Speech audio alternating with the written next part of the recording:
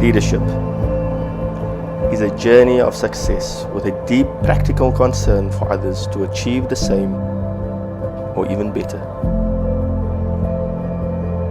Behind every leader, there is a story.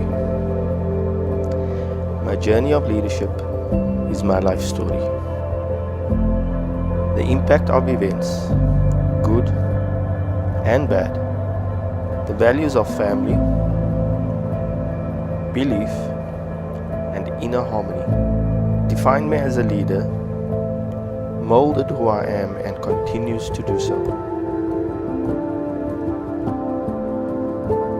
My single mother worked overtime to raise my two siblings and I, barely making ends meet. Being the eldest, naturally, I took care of them, being responsible and wanting the best for them. Family brings an element of belonging, togetherness, teamwork, which culminates in responsibility deemed necessary to ensure success and ensure people succeed. There's a desire, there's a belief that I'm wanting to see others succeed at all cost. And the principles of this belief sets me up to ensure leadership capability is fulfilled through my desire wanting to achieve. And the key thing for me is to ensure that I transfer that belief into people that I lead and that want to be led by me.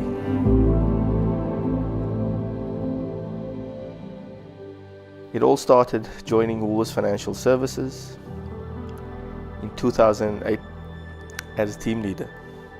It took me approximately 1 year and 8 months to become a manager with the guidance of Tofie and less at the time to trust and to guide me into the current role I am today. I took over as the fraud manager in 2009, December 2009. My leadership, my management was questioned at the end of 2010. The key thing for me was the belief that Tofie had in me. I remember a very specific text on my birthday, 25th of December 2010, and he told me specifically, "Ikraam, happy birthday, I still believe in you." That shifted my opinion on what I needed to do going forward. 2011 came with a new leadership and a journey that started to actually develop me into my current role as head of department. The last 3 years in this current role as head of department also hasn't been easy. I've taken the guidance from my previous line, which was Nikki, and more so Royden this year, notwithstanding the current belief that our CEO currently still has in me. This journey is critically important for me, specifically to ensure that I instill that same belief in others for the people that has not seen the same advantages as most of us have seen in this country. And those people that have will also be taken along on this journey.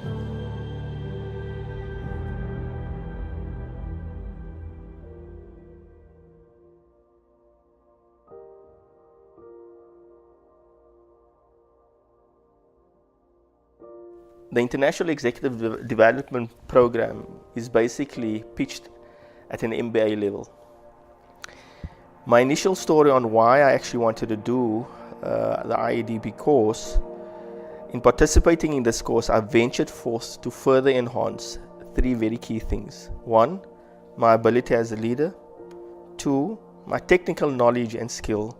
3, my ability to own my business and sustaining it for the future. Those are the key things that I set out when I initially applied with the backing of key individuals to do this specific course. Block 1 started off at Henley Business School campus in Johannesburg.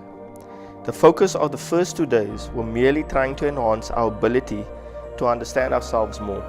Day 3 and 5 was a surprise immersion to a town called Mahutse in the Free State. Here we were exposed to various entrepreneurial initiatives and challenges faced by our community to sustain their businesses. We were also exposed to a business model which is focused on natural environment called permaculture. Strategy creation was the theme towards the end of the week.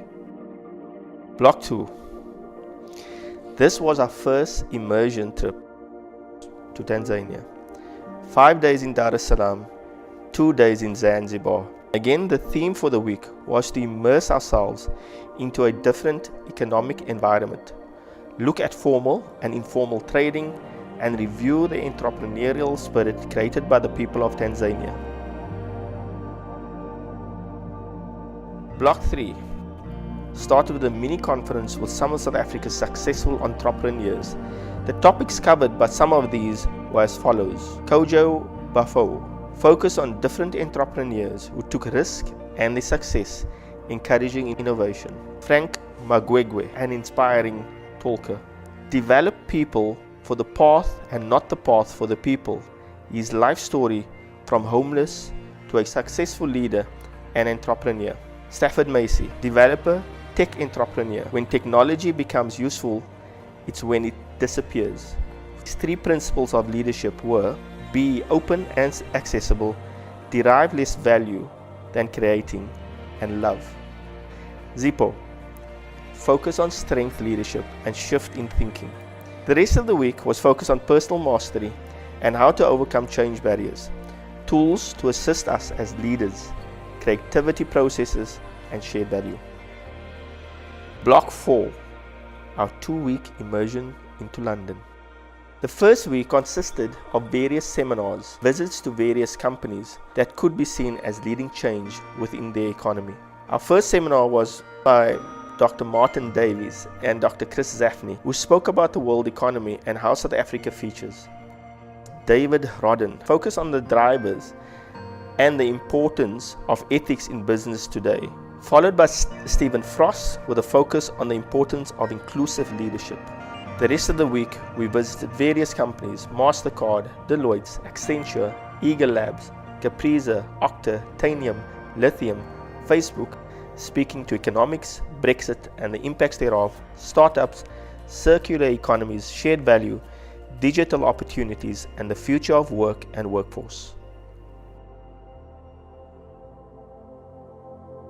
In participating in this course, I ventured forth to further enhance my ability as a leader, my technical knowledge and skill, my ability to own my business and sustaining it for the future. I've defined a new leadership definition, this being, leadership is a journey of success with a deep practical concern for others to achieve the same or even better. Post the course, the top 5 things I believed were enhanced or became more clear are leadership.